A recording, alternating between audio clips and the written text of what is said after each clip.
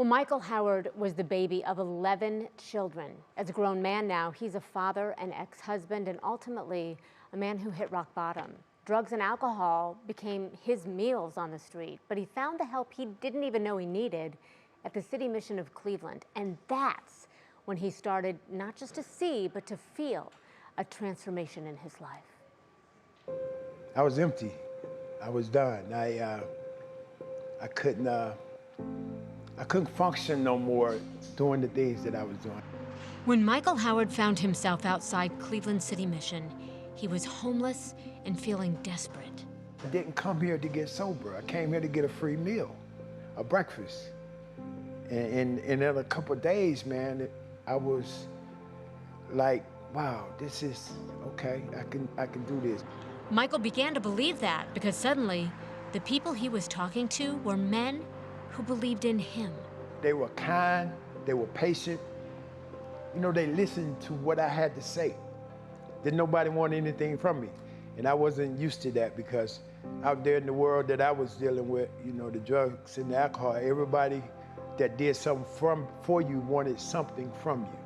How important was the voice of another man to you to progress your recovery? It was like a breath of fresh air. You know, it was like, okay, this man wants to see me get better. That was the moment that things changed for me. He says once he saw that things could be different, he realized he could be different too. I started opening up. I started beginning to realize that I was better than what I was doing to myself. So this place, it helped me save my life. Tears come from the overwhelming awe that he could change his circumstances and change himself, something he never believed until now. Today I have like 18 and a half months clean and sober. That's a big deal. It's been real great. I still cry a little bit. He says the people here at City Mission Crossroads have opened up a whole new world to him. They've given him the classes, the knowledge, and the support to finally change, to finally, he says, surrender. I couldn't get sober by myself. I couldn't get clean by myself. I had to surrender to God.